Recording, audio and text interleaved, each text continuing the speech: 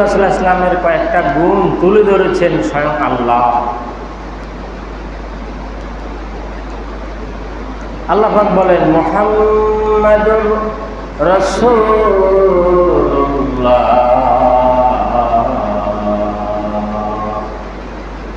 ও জগৎবাসীরা জেনে রাখো, মুহাম্মদকে তোমাদের কাছে সাধারণ মানুষ, গ্রামের মানুষ, তোমাদের পাড়ার মানুষ, মহল্লার মানুষ নাকি, আসলে তিনি হলেন আল্লাহর রাসূল। তিনি কে?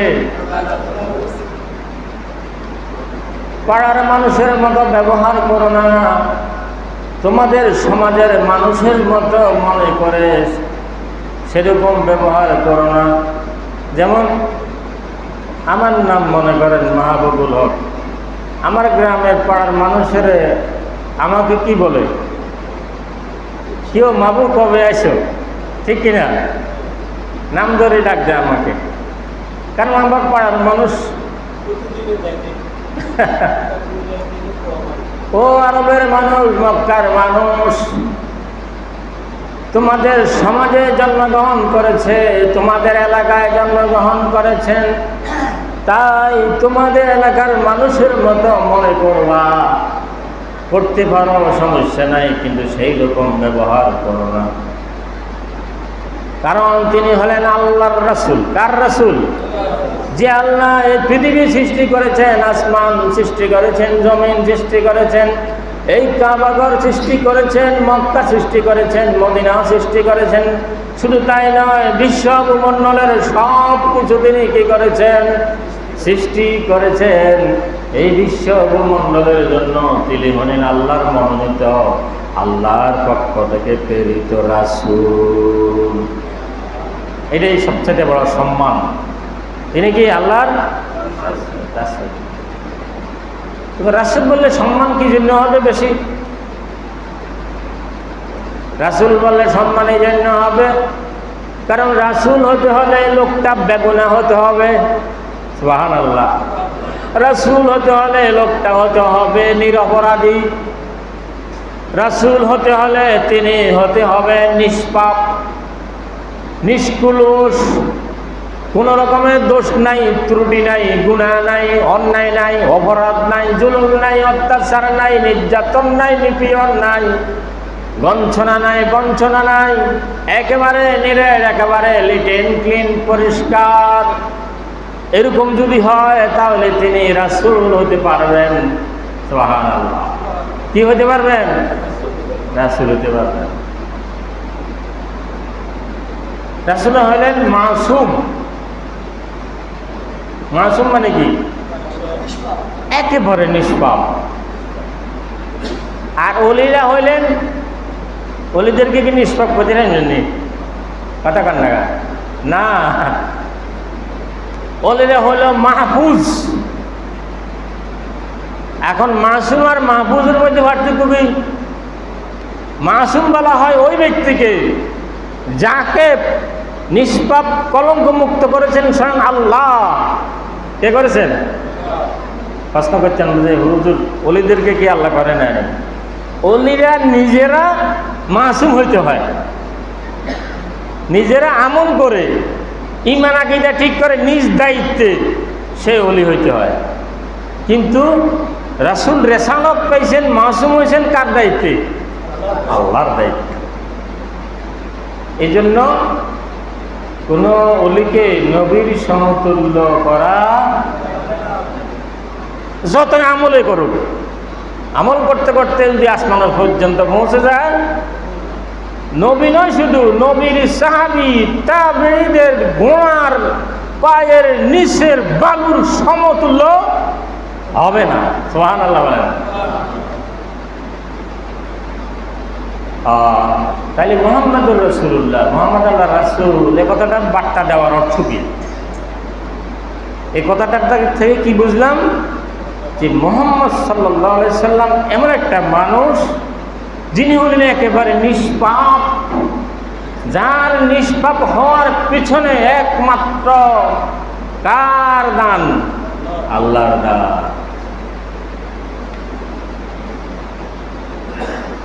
আলহামদুলিল্লাহ বলেন। আমরা সেরকম একজন ব্যক্তির অনুসারী, আমরা সেরকম একজন ব্যক্তির উম্মত, কিন্তু আমরা ধরে রাখতে পারতেছি না আর কি কন। আমরা আমাদের নেতার আদর্শ বাস্তবায়নের জন্য জীবন দিতে রাজি, আর রাসূলের আদর্শকে বিসর্জন দিতে রাজি, ঠিক কিনা? আল্লাহ আমাদের সবাইকে সঠিক পথে রাখার থাকার তৌফিক দান করুন সবাইকে। এবং এখন আসেন, আল্লাহ পাক বলতেছেন শুধু তিনি না, তিনি না, ওয়াল্লাযীনা মাআহু, আর যা তার সাথে যারা থাকেন তারাও, সুবহানাল্লাহ, তার সাথে যারা থাকেন। সেটা কিভাবে? সেটা হইল ওই যে আলো দ্বারা আলোকিত হয়, আলোর প্রকাশ তাদের গায়ে লাগে। নবীজি নূর নবী, নূরের দেহ, মাটির দেহ, এটা নিয়ে ইখতিলাফের কোনো প্রয়োজন নেই। সেই নূরানি দেহের ঝলক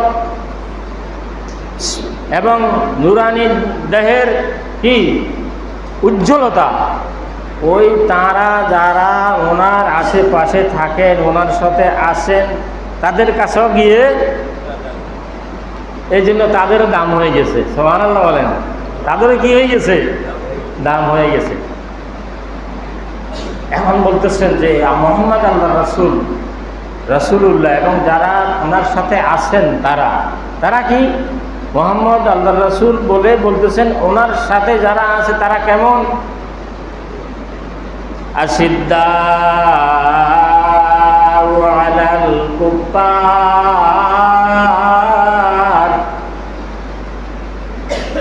মুহাম্মদ আল্লাহর রাসূল তার সাথে যারা থাকেন তারা কারা?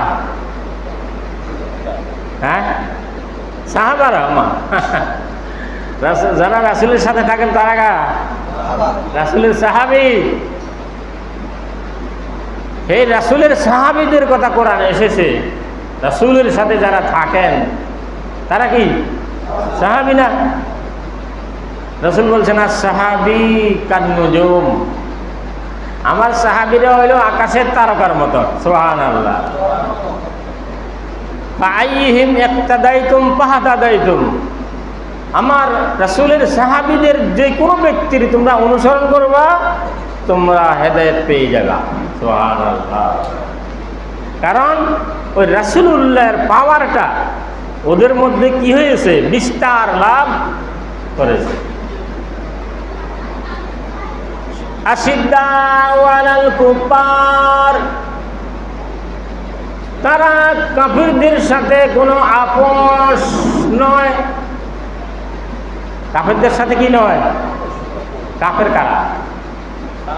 নবীর আদর্শের বিপরীত, আল্লাহর দ্বীনের বিপরীত এবং আল্লাহর ফয়সালার বিপরীত,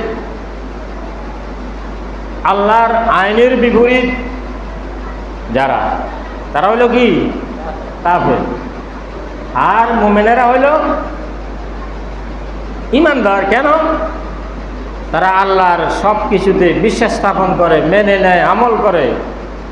এটার বিপরীত যারা, তারা কি? সুতরাং বিপরীত আপনার সাথে আমার মিলমিশ হবে কখন? যখন আমার সাথে আপনার সব দিক কি হবে? মিল মতো হবে, ঠিক কিনা? কাফির মুশরিকদের সাথে মুমিনের কোনো তুলনা নাই, মুমিনের কোনো সম্পর্ক নাই। একটা আরেকটার বিপরীত, একটা আরেকটার বিরোধী, একজন আরেকজনের দুশমন, দোস্ত না।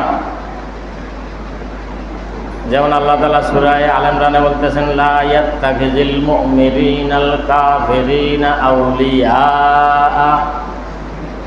কোন মুমিন যেন কোনো কাফেরদের সাথে বন্ধুত্ব না করে। কোন মুমিন যেন কোনো কাফেরদের সাথে বন্ধুত্ব আমরা মুসলমানেরা তো কাফের মুশরিকদেরকে বন্ধু না বানাইলে আমার রাষ্ট্রই চলে না, ঠিক কিনা? আন্তরিক বন্ধু, বন্ধু পরস্পর লেনদেন বিনিয়োগ ইত্যাদির ক্ষেত্রে বন্ধু হইতে পারে, কিন্তু যে বন্ধুত্বের কারণে আমার দ্বীনের উপরে আঘাত আসবে, আমার ধর্মের উপরে আঘাত আসবে, আমার ইসলামের উপরে আঘাত আসবে, সেটা তো আমার বন্ধু হইতে পারে না।